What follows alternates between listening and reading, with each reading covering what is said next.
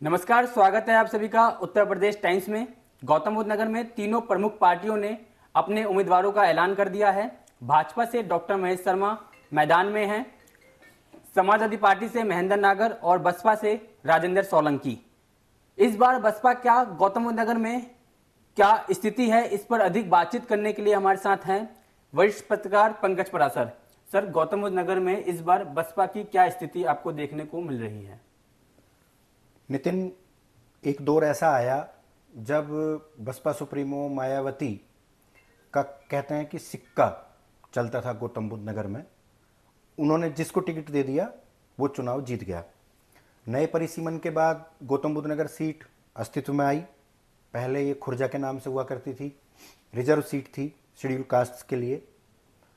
2009 में पहला election general seat के तौर पर गौतम बुद्ध नगर सीट यहाँ हुआ और सुरेंद्र सिंह नागर को मायावती ने टिकट दिया।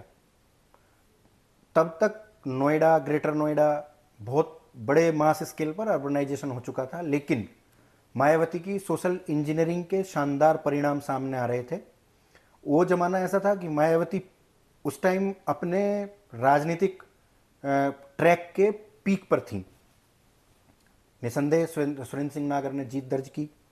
उस समय जो लोकसभा क्षेत्र की जो सीटें थीं, विधानसभा सीटें, सारे मायावती के विधायक थे, बसपा के विधायक थे। लेकिन राजनीति का नियम है कि जो चढ़ता है वो उतरता भी है। आज का जो परिप्रेक्ष्य है, आज का जो सवाल है, अगर हम गौतम बुद्ध नगर सीट के ऊपर ही फोकस करके एनालिसिस करें, पूरे उत्तर प्रदेश की बात ना करें, हालांकि बैकग्राउंड बताना थोड़ा लाजमी है।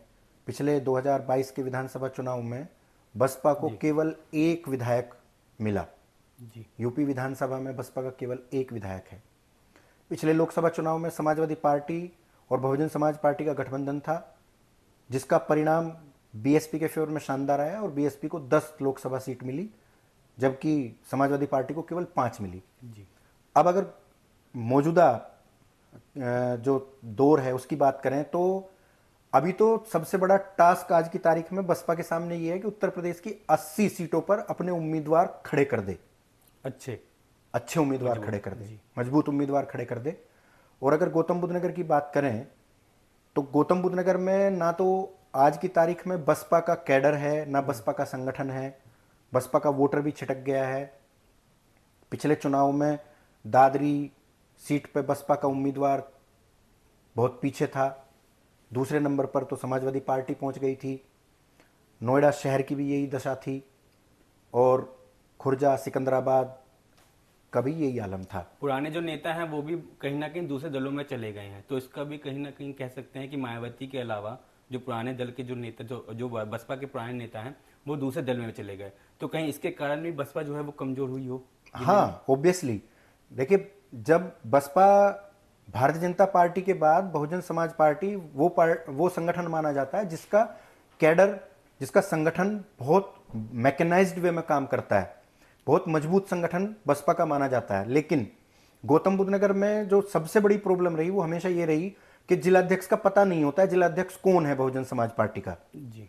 इसके अलावा जो और लोग थे जो सत्ता का फायदा उठाने के लिए बसपा में आए थे, पहले इधर उधर की पार्टियों में हुआ करते थे, बसपा में आ गए, सत्ता का पूरा लाभ लिया, तमाम इतने स्कैंडल हुए, इतने भ्रष्टाचार हुए, वो लोग उसके अंदर शामिल थे। उन्होंने अकूत संपत्तियां बनाई, अरबों करोड़ों रुपए की प्रॉपर्टीज बनाई मायावती के नाम पर, बहुजन समाज पार्टी की सत्ता के नाम पर। और जब बसपा को जरूरत थी इस चीज की कि वो लोग बसपा में रहें, पार्टी को खड़ी करके रखें, वो खुद चुनाव लड़ें, वो पार्टी छोड़कर आज भाजपा में बैठे हुए हैं। भाजपा में जाने का भी मकसद उनका ये नहीं है कि उनको राजनीति करनी है। भाजपा में जाने का मकसद उनका ये है कि बसपा की सरकार के दौरान जो उन्होंने अकूत संपत्तियां इकट्ठी की हैं उनको बचा के रखना है। एक्टिव नहीं है वो नेता, नहीं, एक्टिव तो मतलब ही नहीं है। जो बसपा में फिलहाल हैं लोग, वो वही बचे हैं जो वास्तव में ही बसपा के फॉलोवर थे, जो वास्तव में ही कांशीराम के फॉलोवर थे, जो वास्तव में ही बहुजन मूवमेंट के फॉलोवर थे। वो आज भी बसपा में हैं, वो आज भी बसपा के वोटर हैं। लेकिन जो आए, उन्होंने करप्शन किया, भ्रष्टाचार किया, लाभ उठाए, फायदा लिया और चले गए। अब भाजपा में जाके वो जो सब कुछ अर्जित किया है उसको बचाने की कवायद में है। सर लेकिन अगर वर्तमान में बात करें तो राजेंद्र सोलंकी को उम्मीदवार बनाया गया है, ठाकुर उम्मीदवार हैं। नोएडा और जेवर में ठाकुरों का भी अच्छा बहुमत मतलब वोट ज्यादा है, तो इसका क्या असर आपको देखने को मिलेगा चुनाव में इस बार? नितिन, दो बातें हैं जी ठाकुर समाज की। अगर बात करोगे जी तो बड़ा ठाकुर कौन, राजेंद्र सोलंकी या योगी आदित्यनाथ? जी राइट। ठाकुर कम्युनिटी वोट डालती है योगी आदित्यनाथ को अपने सामने रख के। जी उनके लिए कोई उम्मीदवार मायने नहीं रखता। पूरे प्रदेश में जो भारतीय जनता पार्टी का उम्मीदवार होगा, चाहे वो ठाकुर हो चाहे वो गैर ठाकुर हो, भारतीय जनता पार्टी को ही वोट ठाकुर समाज देगा। अब अगर राजेंद्र सोलंकी की बात करें, नो डाउट राजेंद्र सोलंकी पुराने नेता है, कांग्रेस में बहुत लंबे अरसे उन्होंने काम किया है।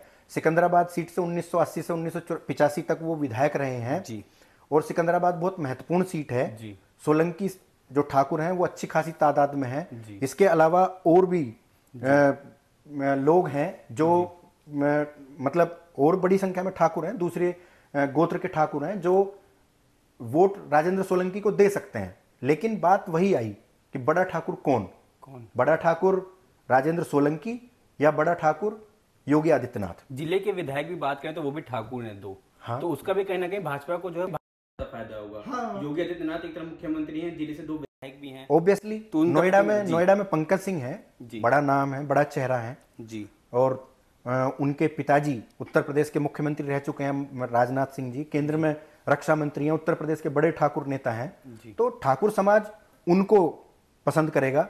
इसके अलावा जेवर के विधायक धीरेन्द्र सिंह, वो आज की तारीख में जो यूपी के बड़े एक्टिव विधायक हैं उनमें से एक हैं। तो कुल मिला के जो कहानी है वो यही है कि राजेंद्र सोलंकी को भारतीय जनता पार्टी के सामने बहुत स्ट्रगल करनी पड़ेगी वोट लेने के लिए, और खासतौर से अपने ही सजातीय वोटरों को अपने पाले में खींचने के लिए राजेंद्र सोलंकी को कहीं दूसरे लोगों से ज्यादा मेहनत करनी पड़ेगी। मायावती जब अपने कार्यकाल के दौरान उन्होंने नोएडा में तमाम विकास किए, मेट्रो, जिला अस्पताल, ए टू जेड अगर देखा जाए तो नोएडा को उन्होंने बहुत कुछ दिया। और दूसरी तरफ नोएडा के और गौतम बुद्ध नगर की अगर बात करें तो यहाँ पर जो ब्राह्मण और गुर्जर जो वोटर था वो बसपा का भी हुआ करता था। तो इसके पीछे अगर क्या कारण हो गया है कि इस बार उन्होंने भी जो है वो बॉयकॉट करके मतलब पीछे हटके वो दूसरे दल को वोट देने चले गए? सर मायावती की सोशल इंजीनियरिंग जी, वो एक आउटस्टैंडिंग जी प्रयोग था। मायावती दलित थी, उनके पास दलित वोटरों का एक बहुत बड़ा वोट बैंक था। फिर उन्होंने ब्राह्मण, ठाकुर और दूसरी बिरादरी के जो अच्छे जिताऊ कैंडिडेट, लीडर, नेता थे उनको उन्होंने पसंद किया, चूज किया, उन्हें टिकट दिया, वो जीत के आए। वो अपने दम पे सत्ता में 5 साल बनी रही। उससे वो ऐसी मतलब रिकॉर्ड है उनके नाम की, वो 4 बार उत्तर प्रदेश की मुख्यमंत्री बनी है। तो अब अगर गौतम बुद्ध नगर की या मैं जो दूसरी बिरादरी है उनकी बात करें, ब्राह्मण वो सतीश मिश्रा को लेके आई, उपाध्याय को लेके आई, नकुल मिश्रा को मतलब नकुल दुबे को, तमाम उन्होंने एक सोशल इंजीनियरिंग बनाई। ब्राह्मणों के सामने उन्होंने ब्राह्मण नेता खड़ा किया कि ये आपकी सरपरस्ती करेगा। उन्होंने ठाकुरों के सामने ठाकुर नेता, ठाकुर जयवीर सिंह और तमाम लोग हैं उनको खड़ा किया कि ये आपकी सरपरस्ती करेंगे। तो उस वजह से तमाम उन्होंने वोटों को इकट्ठा किया। लेकिन इसमें एक बात जोड़ने की इंपोर्ट जो है, जब मायावती उत्तर प्रदेश में ये सब कुछ कर रही थी और उसका लाभ अर्जित कर रही थी, उस समय पे भारतीय जनता पार्टी इतनी मजबूत नहीं थी। उस समय पे कांग्रेस इतनी मजबूत नहीं थी। उत्तर प्रदेश में समाजवादी पार्टी बनाम बहुजन समाज पार्टी का पूरा फाइट थी। करेक्ट। उस फाइट में समाजवादी पार्टी के ऊपर मायावती हमेशा गुंडा एलिमेंट्स का फायदा उठाने का आरोप लगाती थी। उन्होंने नारा दिया, चढ़ गुंडों की छाती पर मोहर लगेगी हाथी पर। तो ये वही मतलब था। इसके बाद उन्होंने एक नया नारा दिया, हाथी नहीं गणेश है, ब्रह्मा विष्णु महेश है। तो जो मायावती ये कह के राजनीति में आई थी कि वो ब्राह्मणवाद के खिलाफ हैं, वो मनुवाद के खिलाफ हैं और इवन वो गांधीवाद के खिलाफ हैं, वो मायावती ने फिर ये सारे नारे गढ़े। उन्होंने वो सोशल इंजीनियरिंग की जिसकी वजह से उन्हें ब्राह्मण, ठाकुर, जाट, वैश्य, इवन बहुत सारे इलाकों में यादव, उनकी पार्टी से आजमगढ़ जैसी जगह पे, मऊ जैसी जगह पे सांसद विधायक रहे, यादव सांसद विधायक रहे। तो इसका मतलब ये है कि उन्होंने सीधी फाइट मुलायम सिंह यादव और समाजवादी पार्टी से थी, लेकिन उसके बावजूद भी उनके जनाधार को भी एक्वायर कर लिया था। सर अब आने वाले दिनों में मायावती के जो भतीजे हैं आकाश आनंद, वो खुद नोएडा के हैं और नोएडा में आकर दादरी में जाकर या जेवर में वो रैली करेंगे। तो इसका क्या फायदा बसपा को होगा इस बार?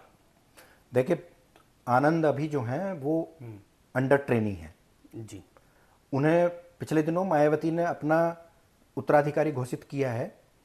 वो सिर्फ इसलिए कि एक तरह से वो उनकी वसीयत है मायावती की जी कि बाय द वे जब वो रिटायरमेंट लें या कोई और दूसरी परिस्थिति पैदा हो तो बहुजन समाज पार्टी का जो स्ट्रक्चर है, बहुजन समाज पार्टी की जो लीगेसी है वो आकाश आनंद को मिलेगी। जी आकाश आनंद नो डाउट युवा हैं, नए हैं और वो एक ऐसी बुआ के भतीजे हैं जी जो उत्तर प्रदेश की 4 बार मुख्यमंत्री रही हैं। उन्होंने इतना अपना बड़ा एक कहूँ की राजनीतिक विरासत खड़ी की है। तो नो डाउट आने वाले वक्त में अगर आकाश आनंद मेहनत करेंगे, काम करेंगे तो एक प्रभावशाली नेता बन सकते हैं। लेकिन मौजूदा परिस्थितियों में गौतम बुद्ध नगर या उत्तर प्रदेश कहीं भी आकाश आनंद इस स्थिति में नहीं है कि वो किसी कैंडिडेट के फेवर में रैली करें और वोटों का एक बहुत बड़ा कोई जखीरा लाके उसकी झोली में डाल दें।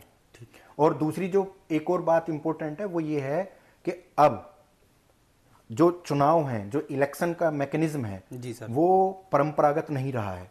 वो बहुत आगे आके टेक्नोलॉजी और तमाम सोशल मीडिया, तमाम डाटा एनालिसिस, डेटा मैकेनिज्म के ऊपर आके टिकता है और बीजेपी उसमें महारत हासिल कर चुकी है। बीजेपी के सामने कांग्रेस नहीं टिक पाती है। जी तो परंपरागत चुनाव का दौर चला गया है। अब इलेक्शन जीतने के लिए कैंडिडेट के अंदर बहुत एंथुसिज्म होना चाहिए। आपके बूथ लेवल का जो काम करने वाला है उसके अंदर बहुत जज्बा होना चाहिए। इसके अलावा बहुत सारी चीजें हैं जो चुनाव के ऊपर प्रभाव डालती हैं। अब गौतम बुद्ध नगर से राजेंद्र सोलंकी हैं, ठीक है, वो ठाकुर हैं, मायावती लोकल हैं, बादलपुर की रहने वाली हैं, वो उनको दलित वोट दे देंगी। ये सब कुछ का मतलब एक सोच के ऊपर है। धरातल पे कितना उतरेगा ये नहीं पता है। दूसरा, राजेंद्र सोलंकी की उम्र बहुत अच्छी खासी है। आकाश आनंद एकदम नए हैं। आकाश आनंद को अभी अनुभव नहीं है। राजेंद्र सोलंकी के पास वो पेस, वो रफ्तार नहीं है। तो कैसे कंपेटिबिलिटी होगी? ठीक है सर, मेरा आखिरी सवाल है कि अभी चुनाव शुरू ही हुआ है तो इस बार गौतम बुद्ध नगर में बसपा की क्या पोजीशन होगी, क्या वोटों का अंतर होगा? तो आप पुराने पत्रकार हैं, आप हर चीजों को जानते हैं, तो हमारे दर्शकों को जरूर बताइए। हाँ। देखो, भारतीय जनता पार्टी के सामने कोई फाइट नहीं है नितिन, गौतम बुद्ध नगर सीट पे। जी भारतीय जनता पार्टी के पास एक बहुत बड़ा लीडिंग एज है। जी अगर पिछले 2-3 चुनाव जो हुए हैं उन्हें आप देखेंगे तो डॉक्टर महेश शर्मा की विनिंग मार्जिन लगातार बढ़ता जा रहा है। जी इस बार वो विनिंग मार्जिन और ज़्यादा बढ़ जाएगा। गौतम बुद्ध नगर के शहरी क्षेत्र में अपेक्षाकृत रूरल इलाके से वोटों की संख्या बहुत तेजी के साथ बढ़ी है। वो सब भारतीय जनता पार्टी के वोट बैंक हैं। अपार्टमेंट कल्चर में रहने वाले लोग आज की तारीख में नरेंद्र मोदी और भारतीय जनता पार्टी को पसंद कर रहे हैं। जी तो इन परिस्थितियों में बसपा कोई खास चुनौती भारतीय जनता पार्टी को नहीं दे पाएगी। ऊपर से उनका कैंडिडेट जो है वो रूरल का है, बुलंदशहर का है और निर्णायक जो वोटर है वो गौतम बुद्ध नगर का है। और डॉक्टर महेश शर्मा नोएडा शहर के हैं, गौतम बुद्ध नगर के हैं। तो इसलिए इस लेवल पे भी एक प्लस फैक्टर वो भारतीय जनता पार्टी के फेवर में जाता है। सपा और बसपा में टक्कर देखें तो किसकी लगेगी? हाँ, सेकंड नंबर ये सवाल बिल्कुल एकदम बेहतरीन है। सपा और बसपा में अगर अब हम देखेंगे, अभी तक जब कल तक राहुल अवाना थे तो समाजवादी पार्टी तीसरे नंबर पे थी जी। अब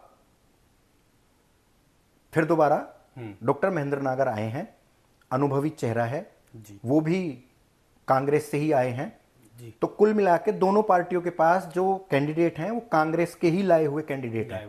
एक खास बात इस चुनाव की ये है, तो वो अपना कांग्रेस का वोट बैंक, अपना जो पुराना अनुभव, जो पुराने जानने वाले लोग हैं, एक तो उनके बीच ये फाइट रहेगी कि कांग्रेस वाली जो वोट्स हैं वो ज्यादा से ज्यादा हमारी तरफ आ जाएं, जबकि सपा का कांग्रेस का गठबंधन है जी। ठीक है। दूसरे नंबर पे क्या है कि अब यही दोनों कैंडिडेट के बीच संघर्ष होगा कि ज्यादा वोट मुझे मिले या ज्यादा वोट तुझे मिले।